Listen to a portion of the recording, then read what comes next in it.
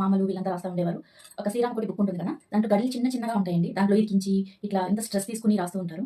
నాకది నచ్చేది కాదు. మనం ఏదైనా పని చేస్తున్నాము అంటే అంత బాధపడిపోయి చేయకూడదు. ఇష్టపడి కష్టం లేకుండా నీట్‌గా, హ్యాపీగా ఇంకా రాయాలి. ఇంకా శ్రీరామనామాలు దాంట్లో వస్తే 4521 నామాలు అక్కడ సమర్పించిన తర్వాత ఆ గుడిలో కూర్చొని నేను తీసుకున్న నిర్ణయం నాకు శక్తిని ప్రసాదించమని అడిగాను. ఇంకా కంటిన్యూ చేయాలని ఉంది. 12 రకాల భాషలో కాదు, నా మాతృభాషలోనే కంటిన్యూ చేయాలని ఉంది. శక్తిని ప్రసాదించమని ఆయన వేడుకోవడం జరిగింది. అలాగే మీ ముందుకి ఈ బుక్ కానివ్వండి, ఈ నామాలు కానివ్వండి, శ్రీరామకోటి మహాయజ్ఞం అనిపించింది. రాసాను, స్టార్ట్ చేశాను. అలా ఒక 10 లైన్స్ కంప్లీట్ అవ్వగానే శ్రీరామనవమి గుర్తొచ్చింది. అదొక చిన్న స్మాల్ బుక్కే. మేబీ కంప్లీట్ చేసేస్తానేమో అనుకుంటూ రాస్తున్నాను. ఒక 1 పేజ్ 2 పేజెస్ అయినాయి. అవగానే మా అబ్బాయి వచ్చాడు. "ఏం మమ్మీ" అని అన్నాడు. అంటే ఇలా రామనామం రాస్తున్నానన్నా, ఈ తెలుగులో ఇది శ్రీరామ ఇలా రాస్తారని అనగానే తను అన్నాడు, "కన్నడలో కూడా రాయొచ్చు కదా! ఒకే లాంగ్వేజ్ అయితే బోర్ కొడుతుంది కదా" అన్నాడు. నాకేం బోర్ కొట్టదు, అలవాటు ఉంది. ఇప్పుడు అప్పుడప్పుడు చిన్నప్పుడు రాసేదాన్ని అన్నాను. సరేలే వాడన్నమాట.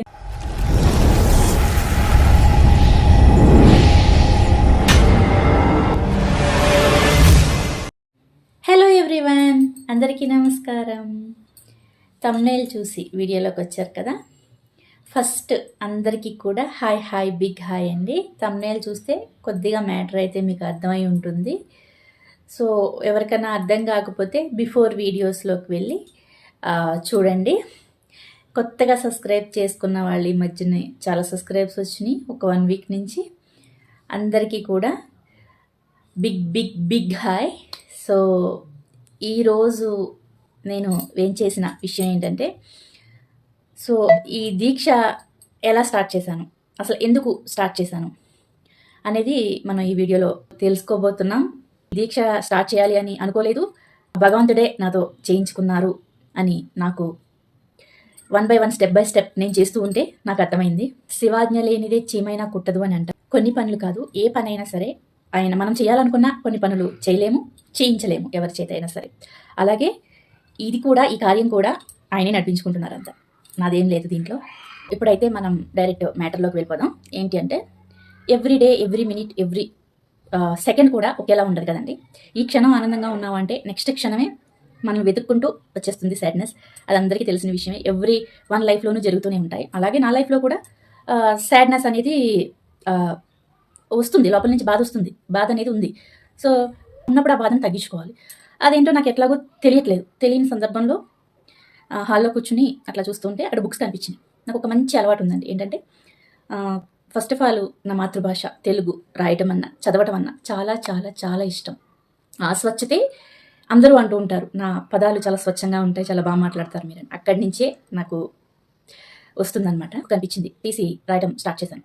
సో ఇప్పుడు ఏదో ఒకటి తీసుకుని రాసుకోవడం కన్నా, ఇంతకో తెలీదు ఆ నిమిషంలో నాకు అక్కడే హనుమాన్జీ ఉన్నారు. చూసారా బ్యాక్గ్రౌండ్ మారిపోయింది, ఎందుకంటే అక్కడ హనుమాన్జీ వచ్చారు, ఇక్కడ మా బుడ్డ హనుమాన్జీ డోర్ నాక్ చేశారు. అదన్నమాట మ్యాటర్. ఎదురుకుండా హనుమాన్జీ ఉన్నారు. చూడగానే అక్కడ ఎదురుకుండా బుక్ కనిపిస్తుంది. తీసి రాయడం అలవాటు కదా, తీసి స్టార్ట్ చేశాను. న్యూ బుక్ అనమాట, ఫ్రెష్ బుక్ అది. తీసి ఎందుకో తెలియదు ఆ నిమిషంలో శ్రీరామ అని ఆయన చూస్తే రాయాలనిపించింది. రాశాను, స్టార్ట్ చేశాను. అలా ఒక 10 లైన్స్ కంప్లీట్ అవగానే శ్రీరామనవమి గుర్తొచ్చింది. ఎందుకంటే ముందు కోటి తలంబ్రాల దీక్షలో పాల్గొనడం జరిగింది. ఇదంతా ఎట్లయినా మనకి ఉగాది అవగానే శ్రీరామనవమి అంటే ఎవరికైనా ఎప్పుడు వస్తుందని వెయిట్ చేస్తూ ఉంటారు రాముల వారి కళ్యాణం. సో గుర్తొచ్చింది. గుర్తురాగానే సో అప్పటికి ఈ బుక్ కంప్లీట్ చేయగలనా నేను అనుకున్నాను. అదొక చిన్న స్మాల్ బుక్కే. మేబీ కంప్లీట్ చేసేస్తానేమో అనుకుంటూ రాస్తున్నాను. ఒక 1 పేజ్ 2 పేజెస్ అయినాయి. అవగానే మా అబ్బాయి వచ్చాడు. "ఏం మమ్మీ" అని అన్నాడు. అంటే ఇలా రామనామం రాస్తున్నానన్నా, ఈ తెలుగులో ఇది శ్రీరామ ఇలా రాస్తారని అనగానే తను అన్నాడు, "కన్నడలో కూడా రాయొచ్చు కదా, ఒకే లాంగ్వేజ్ అయితే బోర్ కొడుతుంది కదా" అన్నాడు. నాకేం బోర్ కొట్టదు, అలవాటు ఉంది. అప్పుడప్పుడు చిన్నప్పుడు రాసేదాన్ని అని అన్నాను. సరేలే వాడు అన్నమాట ఎందుకు తీయటం అని చెప్పేసి నేను అది కూడా స్టార్ట్ చేశాను. రాద్దాము కన్నడలో అని చెప్పి. కన్నడ నాకు కొద్దిగా లైట్గా ఐడియా ఉంది.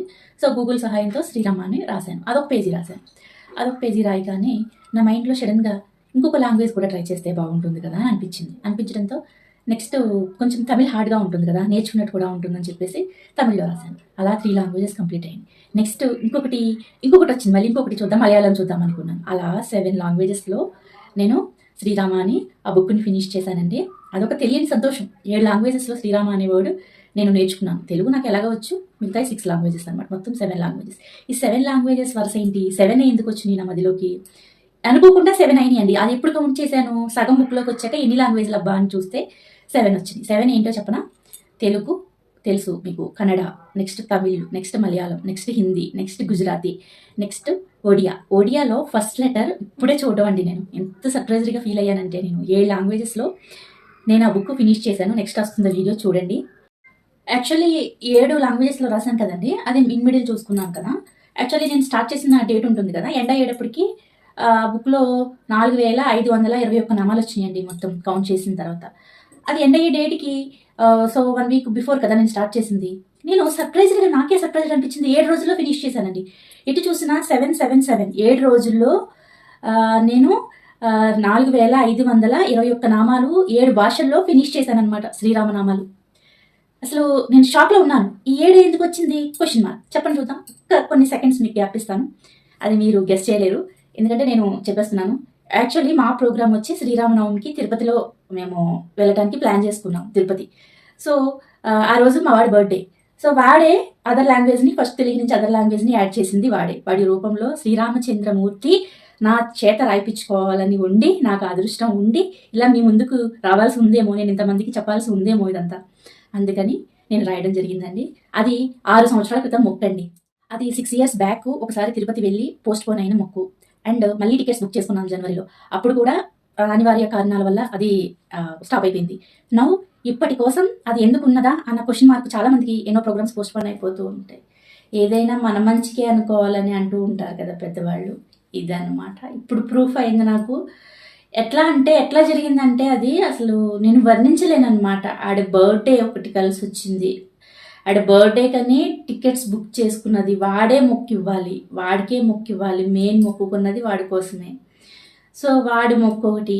ఇంకొక విషయం ఏంటంటే పిల్లలు ఇద్దరు కూడా నడుచుకుని మొత్తం ఫ్యామిలీ అంతా 7 కొండలు ఎక్కి ఆ బుక్ పట్టుకుని, ఆ రామ విగ్రహం వస్తుంది కదా, రామ అవతారాలు కొండకి అవతారాలు ఉంటాయి కదా మనకి, అక్కడ పెట్టుకుని ఫోటో తీస్తూ ఉంటే ప్రౌడ్ ఫీలింగ్ అనమాట.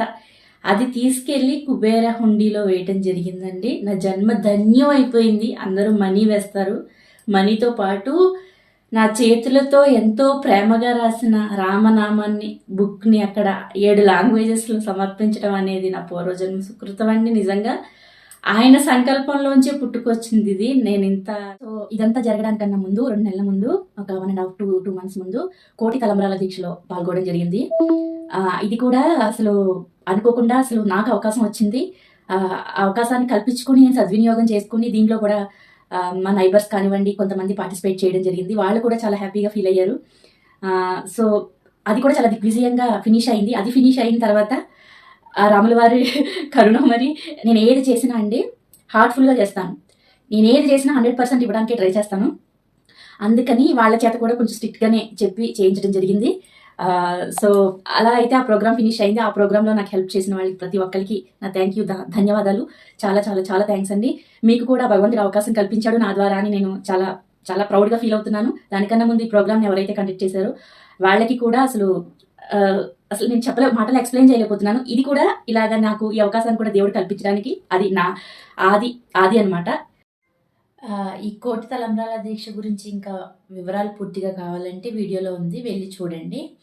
అండ్ మోరోవర్ ఈ శ్రీరామనామాల దానిలోకి వస్తే 4521 నామాలు అక్కడ సమర్పించిన తర్వాత ఆ గుడిలో కూర్చుని నేను తీసుకున్న నిర్ణయం, నాకు శక్తిని ప్రసాదించమని అడిగాను. ఇంకా కంటిన్యూ చేయాలని ఉంది. పలు రకాల భాషల్లో కాదు, నా మాతృభాషలోనే కంటిన్యూ చేయాలని ఉంది. శక్తిని ప్రసాదించమని ఆయన వేడుకోవడం జరిగింది. అలాగే మీ ముందుకి ఈ బుక్ కానివ్వండి, ఈ నామాలు కానివ్వండి, శ్రీరామ కోటి మహాయజ్ఞం అని ఎందుకన్నానంటే ఆయన ద్వారా స్టార్ట్ చేయబడింది ఈ నామాలు. నేను సంకల్పించుకుని నా ద్వారా వచ్చినది కాదు, ఆయనే నా చేత రాయించుకోవడం, నేను దీన్ని కంటిన్యూ చేయడం, మీ ద్వారా ఇలా తీసుకురావటం అనేది చాలా సంతోషంగా ఫీల్ అవుతున్నానండి. సాధ్యమైనంత తొందరలో నాకున్నంత ఫీలింగ్కి, నాకున్నంత నమ్మకాన్ని నేను నిలబెట్టుకుంటాను. 6 monthsలో 50K అని అనుకున్నాను, కానీ 2-3 monthsలోనే అయిపోయేలా ఉంది. 2 monthsలో ఏమీ లేదండి, ఇక్కడే రాయాలి, ఇలాగే రాయాలి అలాంటి ఏమీ లేవు. పరిశుద్ధంగా మనసును మొత్తం ఏకాగ్రతని దాని మీద ఉంచి నేను తెచ్చుకున్న బుక్లో నేను ప్రిపేర్ చేసుకుంటే నేను రాసుకుంటున్నానండి. అది ఎందుకో నెక్స్ట్ చెప్తాను. ఎందుకు అంటే నేను రామకోటి రాసే వాళ్ళని అబ్జర్వ్ చేశాను. చిన్నప్పటి నుంచి మామలు వీళ్ళంతా రాస్తూ ఉండేవారు. ఒక శ్రీరామకోటి బుక్ ఉంటుంది కదా, దాంట్లో గడిలు చిన్న చిన్నగా ఉంటాయండి. దాంట్లో ఇరికించి ఇట్లా ఇంత స్ట్రెస్ తీసుకుని రాస్తూ ఉంటారు. నాకు అది నచ్చేది కాదు.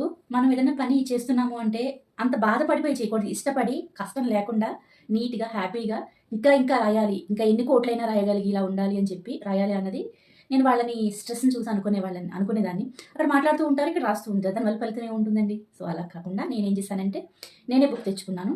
సో మీకు బుక్ కావాలంటే అమెజాన్లో ఇప్పుడు ఏదైనా దొరుకుతున్నాయి కదా, అమెజాన్లో ఉన్నాయి, బట్ నేను తీసుకోవచ్చు, కానీ నేను తీసుకోలేదు. నేనే బుక్ తీసుకుని నేనే లైన్స్ డ్రా చేసుకుని ఎవ్రీ పేజు డేకి ఇంత రాయాలి కంపల్సరీ అని పెట్టుకున్నాను. ఫినిష్ చేసుకుంటూ ఎక్కడ కూడా డ్రాప్ ఇవ్వకుండా చేసుకుంటూ వస్తున్నానండి. ఇంతవరకు అయితే మీరు చూస్తున్నారు వీడియోస్లో కూడా.